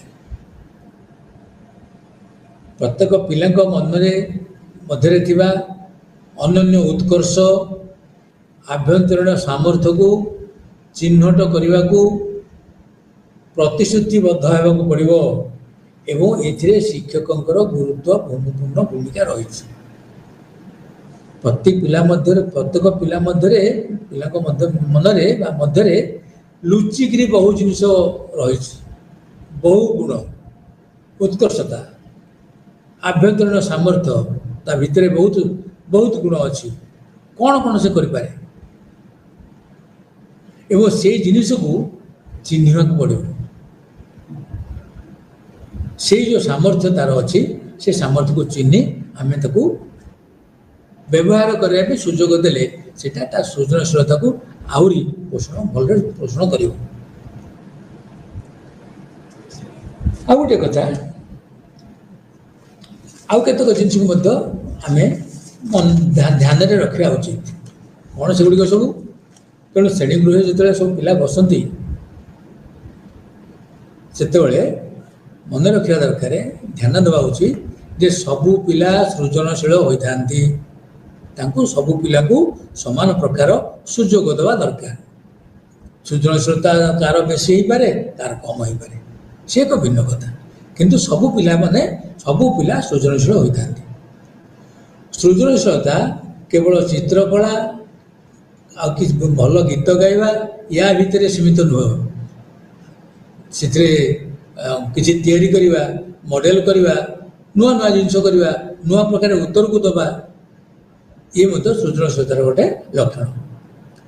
सृजनशीलता हूँ चिंता करिवार एक प्रक्रिया सूक्ष्म मस्तिष्क चिंता करने प्रक्रिया जो कल्पना विभिन्न संभावना विषय चिंता करवा अनेक भितर गोटे भल जिनिस को बाछा एवं समस्यार समाधान करवा यही सब कथा आसे। गोटे समस्या जो आसी से समस्या को समाधान करवा दरकार। समस्या को केवल अधारे छाड़ोनी कारण समस्या को अधारे छाड़े समस्या बढ़ी जाए। पिला गोटे मन गोटे पजल कर अधारे से छाड़ी गले सी केवल भल भल रही मन से कथा ही घाटी हम तेणु से समाधान करने को चेष्टा कर। तेणु तेणु भल कल्पना करवा भल चिंता करवा भल स्वप्न देखा भल कल्पना करवा भल चिंता करवा आ विभिन्न जिनिस भितर सठिक चयन करवा ये हूँ सृजनशीलतार गोटे लक्षण। सृजनशील प्रक्रिया फलाफल कौन हम ताहले एटा एक उत्पाद हो पारे जाको प्रोडक्ट बोली इंग्रेजी रे कहूँ आम से संतोष प्रदान करि पारे शांति दे पारे संतोष प्रदान करि पारे से समृद्धि आनी पारे से अर्थपूर्ण भाव प्रकाश करि पारे आत्म अभिव्यक्तिर भावना को मध्य प्रकाश करि पारे आ नूतन दिग नूतन तथ्य ये सब कथा दर्शाई थाए। तेणु ये सृजनशील आम जो दीटा कथा कहते आलोचना करते गोटे प्रक्रिया आ गोटे हूँ उत्पाद प्रोडक्ट और प्रोसेस। तेणु ये है सृजनशील प्रक्रियार फलाफल। तेणु जिते पिला माने आविष्कार और अन्वेषण कार्य सब करती शिक्षकंकर कार्य होची ताकू प्रोत्साहित करवा। बापा माँ मान काम होची ताकू पिला यदि किसी गोटे नुआ कथा करने चेष्टा करुच्ची ताकू प्रोत्साहित करवा दरकार एवं पिला यदि गोटे कथा किसी शिखुची ताकू साहाय्य करी से शिखिबार साहाय्य करवा दरकार। नकारात्मक भाव में आदौ नुहे सब सकारात्मक बाबू एमती कले भल हम यही मार्गटा देखा दरकार। तो कहीदेव जमी आम कहे जे झरका अच्छी खोला झरका अच्छी रड अच्छी यहाँ पवन आसवाक से बाटे आम जापरि ଦୁଆର ଦେଇକରି କେବଳ ଆମେ ଯାଇପାରିବା, ଏଇଟା ହେଉଛି ଠିକ୍ ବାଟ। ସେମିତି ଶିଶୁରୁ ଯଦି ଶିଖିଲା ବେଳେ କୌଣସି ଜାଗାରେ କିଛି ଭୁଲ ଭଟକା ରହୁଛି ତାକୁ ସେଇଟା ଶିଖେଇ ଦେବା ଦରକାର। ତେଣୁ ଯାହା କଲେ ପିଲାମାନେ ଭଲ କରି ଶିଖିପାରିବେ ଏବଂ ସଫଳତା ପାଇପାରିବେ ଏବଂ ପ୍ରୟାସ ଉନ୍ମୁଖୀ ହୋଇପାରିବେ, ସେଭଳି କାର୍ଯ୍ୟ କରିବା ଦରକାର, ଯାହାକି ତାଙ୍କର ସୃଜନଶୀଳତାକୁ ପୋଷଣ କରିବାରେ ସହାୟକ ହେବ। ତାହେଲେ ଏଇ ଯେତେ ସବୁ କଥା ଆମେ ଆଲୋଚନା କରୁଛେ, ଇଏ କ'ଣ ଏହାର ଉପାଦେୟତା ତ ନିଶ୍ଚୟ ଅଛି। ପିଲା ଉତ୍ପାଦ ଭାବରେ କରୁ ବା ପ୍ରକ୍ରିୟା ଭାବରେ କରୁ, ପ୍ରଡ଼କ୍ଟ ହେଉ କି ପ୍ରୋସେସ୍ ହେଉ, ତିନୋଟି ଉପାଦାନକୁ ନେଇ ସେ ତା'ର ସବୁବେଳେ ଯେଉଁଟା କ୍ଷିପ୍ରତା, ସଚଳତା ଏବଂ ମୌଳିକତା, ଏ ତିନୋଟି ଜିନିଷକୁ ଆଧାର କରି ଶିଶୁ ଜାଣିନଥାଏ ଏଇ ଯେଉଁ ଫ୍ଲୁଏନ୍ସି, ଫ୍ଲେକ୍ସିବିଲିଟି, ଅରିଜିନାଲିଟି ବା କ୍ଷିପ୍ରତା, ସଚଳତା ବା ମୌଳିକତା ଏଇସବୁ କଥା ବାବଦରେ ଅଲଗା ଅଲଗା ଜାଣିନଥାଏ, କିନ୍ତୁ ଏସବୁରେ ସେ ପ୍ରୟୋଗ କରି ଜିନିଷକୁ ନୂଆ ନୂଆ ଜିନିଷକୁ କରିଥାଏ। ତାହେଲେ କ'ଣ ସେ ଜିନିଷ? ଏ ଶିଶୁ ସ୍ୱତନ୍ତ୍ର ଦକ୍ଷତା ନେଇ ଜନ୍ମ ହୋଇଥାନ୍ତି ନା, ଏସବୁ କଥା ନୁହେଁ। ଖୁବ୍ କମ୍ ଲୋକ ସୃଜନଶୀଳତା ହେଉଛି ଏକ ସ୍ୱତନ୍ତ୍ର ଉପହାର, ଏକଥା ବି ଆଦୌ ନୁହେଁ। ଏଥିପାଇଁ ସ୍ୱତନ୍ତ୍ର ଦକ୍ଷତା ଦରକାର ନା, ସୃଜନଶୀଳତା ହୋଇ ଜନ୍ମ ନେଇଥାନ୍ତି ନା, ଏ କଥା ବି ନ ହେଇପାରେ। ତେଣୁ ଚିତ୍ରକର ହେଉ, ସଙ୍ଗୀତଜ୍ଞ ହେଉ, ନୃତ୍ୟଶିଳ୍ପୀ ହେଉ, କବି ହୁଅନ୍ତୁ, ଲେଖକ ହୁଅନ୍ତୁ, କଥାଶିଳ୍ପୀ ହୁଅନ୍ତୁ, ଯେକୌଣସି ଲୋକ ଯିଏ ଭଲ କହନ୍ତି, ବକ୍ତା ହୁଅନ୍ତୁ, ଏସବୁ ହେବା ପାଇଁ ଏସବୁ ଜିନିଷ ସୃଜନଶୀଳତାର ପରିଚାୟକ। ଏଗୁଡ଼ାକ ଥାଏ ସୂକ୍ଷ୍ମ ମସ୍ତିଷ୍କ, ପିଲା ନିଜେ ସୃଷ୍ଟି କରେ ଏବଂ ସମସ୍ତେ ଜଣେ ଜଣେ ସୃଜନଶୀଳ ବ୍ୟକ୍ତି, ତାକୁ ଉତ୍ଥାପନ କରିବାର ଅଛି, ତାକୁ ଠିକ୍ ଭାବରେ ଉତ୍ଥାପନ କରିବାର ଆବଶ୍ୟକତା ରହିଛି। ତେବେ ଆଉ କିଛି ଲକ୍ଷଣକୁ ଆମେ ଲକ୍ଷ୍ୟ କରିପାରିବା ଯେ ଘରେ ସବୁ ଜିନିଷପତ୍ର ଅଛି, ବହିପତ୍ର ବି ଅଛି। ବହିପତ୍ର କିଏ ଅସଜଡ଼ା ହେଇ ପଡ଼ିଥାଇପାରେ, ଆଉ ଯେଉଁ ପିଲାଟି ତାକୁ ବହିତକ ସାଇତିକିରି ରଖେ, ସଜାଡ଼ିକି ରଖେ, କେଉଁଠି ଖାତା, କେଉଁଠି ବହି, କେଉଁଠି ପେନସିଲ, କେଉଁଠି ସ୍କେଲ୍, କେଉଁଠି କମ୍ପାସ ବାକ୍ସ, କ'ଣ କ'ଣ ସବୁ ରହିବ, ଯେତେବେଳେ ସେ ସଜେଇକି ରଖେ, ଇଏ ହେଉଛି ଯେ ସୃଜନଶୀଳତାର ଲକ୍ଷଣ। ଘରେ ଆସବାବପତ୍ରକୁ ଭିନ୍ନ ଭିନ୍ନ ଭାବରେ ସଜାଡ଼ିକିରି ରଖିବା, ସୁସଙ୍ଗତ ଏବଂ ସୁଖଦ ଭାବରେ ଯାହାକୁ ଦେଖିଲେ ଭଲ ଲାଗିବ। ବହିଗୁଡ଼ାକ ଫିଙ୍ଗା ଫୋପଡ଼ା କରି ରଖିଦେବ, ତ କ'ଣ ଦେଖିଲେ ଭଲ ଲାଗିବ ନା। ଯେଉଁ ପିଲାଟି ତାକୁ ସଜାଡ଼ିକିରି ଠିକ୍ ଭାବରେ ରଖେ, ସେଇ ତା'ର ସୃଜନଶୀଳତାର ପରିଚୟ ଦେଇଥାଏ। କୌଣସି କାର୍ଯ୍ୟକୁ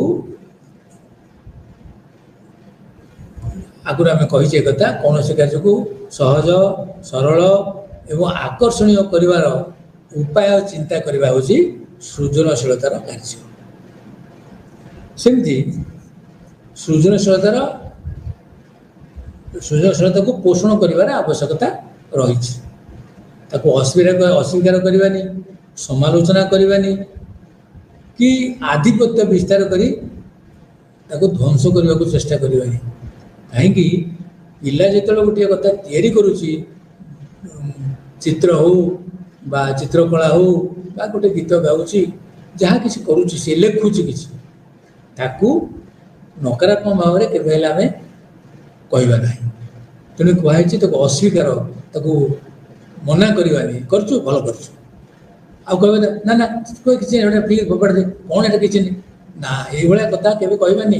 ତାକୁ ଆମେ ସ୍ୱୀକାର କରିବା, ବାବା ଭଲ କରୁଛୁ, ଏଇଟା ଏମିତି କଲେ ଆହୁରି ଭଲ ହେବ, ତାହେଲେ ଆମେ ତାକୁ ତା'ର ସୃଜନଶୀଳତାକୁ ପୃଷ୍ଠପୋଷକ କରୁଛେ। ଆଉ ଲକ୍ଷ୍ୟ କରିବା କଥା ଯେ ବେଳେବେଳେ ଉଭୟ ଶିକ୍ଷା ବ୍ୟବସ୍ଥା ଏବଂ ପରିବାର ଲୋକମାନେ ଏହିସବୁ ଜିନିଷକୁ ବେଳେବେଳେ ପ୍ରୋତ୍ସାହନ ଯେତିକି ଦେବା କଥା ଦେବାରେ ଟିକେ ଉଣା କରିଥାନ୍ତି। ସେ କହିଲେ ପରୀକ୍ଷା ପାଇଁ ପଢ଼, ଭଲ ନମ୍ବର ରଖିବୁ, ତୁ ସେ ଭଲ ନମ୍ବର ରଖିବୁ, ଏଇସବୁ କଥାକୁ, କିନ୍ତୁ ସେଇଟା ଜୀବନର ସବୁ ଶ୍ରେଷ୍ଠ କଥା ନୁହେଁ। ସୃଜନଶୀଳତା ହେଉଛି ଶ୍ରେଷ୍ଠ। परीक्षा नंबर रखा कि मुखस्थ करके नंबर रखिदा सी एक अलग जिन अलग प्रक्रिया अलग धारा किंतु सृजनशीलता एवं निजर ओरिजिनालिटी निजर मौलिकता प्रकाश कर एक माध्यम तेणु चिंतन नुआ कथा चिंता करवा एवं कल्पना करने सुजोग देवा दरकार ये समय देवा दरकार आउ एका दिनक गोटे गछ हो फूल फुटिज यही कथा आम आशा करवानी समय देवा जमी छोट गछटे लगे पानी टे दे दाना दे सार दे सी हूँ तो फूलटे फूल फुटे पारे गोटे समय फल भी आसपे सेमती सान शिशुटी की आम जदि प्रोत्साहन दवा सकारात्मक भाव में हाथ धरिकी शिखेदेवा कही कही जावा ताहले से बहुत कथा तार सृजनशीलता बढ़े सृजनशीलता सामाजिक परिवेश अनुकूल हवा आवश्यक एक आम आगु कही सारी सृजनशीलता बढ़ापी बहुत प्रकार बही आजिकल बजार में मिलूँ सी केते दूर केते परिमाण में कार्यकारी हो पार सीटा तो भिन्न कथा ताकू किए वास्तव में निज पाखे रखी कार्यकारी करेंगे सी भिन्न कथा किंतु प्रकृतर करवा लोक तो हूँ शिशु बा व्यक्ति ना तेणु सी ता भितर जो सूक्ष्म मस्तिष्क भितर सृजनशीलता बा क्रिएटिविटी ताकू किभली भाव में विनियोग करने को चाहिए तो हम यदि नक कम लगे गोटे लुहा कंटा जी बाहर फोपाड़ी देव से कौन की लगे जदि लुहा कंटा टी सजेक रखि गोटे जगह तेल टे देकर रखि से दरकार बेले कम लगे सेमती देहरे प्रति पिला देहरे प्रति शिशु देहरे सृजनशीलता सामर्थ्य अच्छी ताकू से किभली भाव में को परिवेश रखी से तार परिस्फुटन करम समस्त दायित्व और प्रत्येक व्यक्ति सृजनशील होगा इच्छुक हवा दरकार नूतन विषय चिंता करने को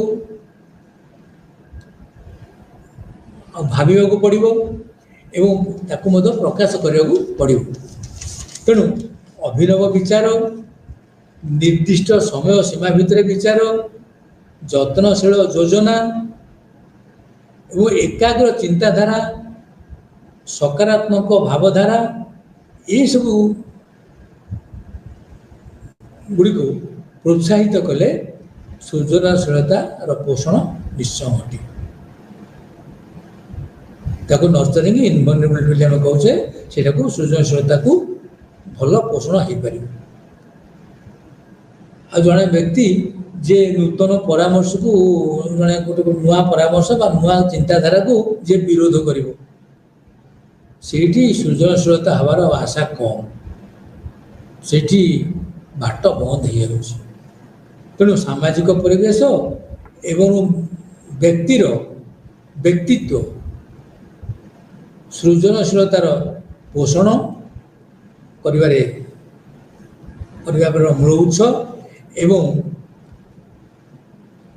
व्यक्ति तार निजस्व निजक प्रकाश करने जो भूमिका ग्रहण करता है एवं प्रकाश करता है सेटा हूँ सृजनशीलतार अन्य एक मूल जिनिस आउ सृजनशीलता पिला भीतर सृष्टि करने केतक कथा कहुई नीति अच्छी नूतन जिनस चेष्टा कर इच्छा उद्वेग स्तर को कम करवा पिला सृजनशील परिवेश सृष्टि करवा पिला माने जहाँ करुँचा संपूर्ण करने को समय दवा घरे हो कि प्री स्कूल हो सुविधाजनक आरामजनक परिवेश सृष्टि करवा एगुड़ा सब सृजनशीलतार लक्षण आउ हूँ उत्पाद प्रक्रिया सृजनशील प्रक्रिया अधिक गुरुत्वपूर्ण प्रक्रिया जरूरी उत्पादन आपे आपे आसो रंग कर अभिप्राय नकली खेल ये सब तार उदाहरण हो पाए पिला माने सृजनशील हेबे सेतेबेले जेतेबेले से माने भीतर थिबा प्रेरित शक्ति तार प्रकाश करने को सुजोग पाइबे ताहले सृजनशीलता पोषण सहज हो पार आ गोटे कथा हूँ पिला माने जदि प्रोत्साहन विहीन कार्य करूँ सतर्क कर दरकार आ गोटे कथा पसंद करने कौन सी जिनस बाछवाई पिला उत्साहित करने दरकार आवश्यक समय सहायता प्रदान एवं यथा संभव कम हस्तक्षेप कले सृजनशीलतार पोषण भल होता है। आ प्रत्येक दिन किछि किछि कार्यक्रम करा जाय पारे जार जो कि पिलाटीर आत्म अभिव्यक्ति सुजोग थाए एवं सेगुड़िक कार्यकारी कले सृजनशीलतार पोषण हो पारि थाए। से किछि खेल सामग्री पिला मानकु मध्य जोगै देवा दरकार। हुए तो माटी खंड रंग पुराणा पोशाक मलाट किछि पुराणा फीता थर्माकोल गछर छाई मंजी फूल फल यही सब जिन किसी देले पिला नुआ ताकू सब जोड़ा जोड़ी करी तार निजर सृजनशीलता क्रिएटिविटी प्रकाश करने बा पुराणा अभिनंदन पत्र जहाँ अच्छी घरे सब ताकू देले से काटकुटी करी जोड़ा जोड़ी करी तार सृजनशीलतार परिप्रकाश करने को सहज होता है। तेणु आम ये जाना पड़े सबू पिला सृजनशीलतार अधिकारी। सृजनशीलता को दुईटी दृष्टिकोण देखा जाय पारे, उत्पाद दृष्टिकोण आ प्रक्रिया दृष्टिकोण। तेणु यह व्यक्ति केन्द्रिक हो पारे बा सामाजिक बा परिवेश केन्द्रिक पारे। आ शिक्षण सृजनशीलता को सहायता करता है। एक सुस्थ सामाजिक परिवेश पाइले पिलाटीर सृजनशीलतार पोषण भल भाव में हो पार। आज सृजनशीलता पोषण संपर्क में आम किसी शिखिले शुणिले से बाबद किसी प्रश्न पचारि तार उत्तर गुड़िक निजे चेष्टा कले भल या सफल है आम अनुभव करिया।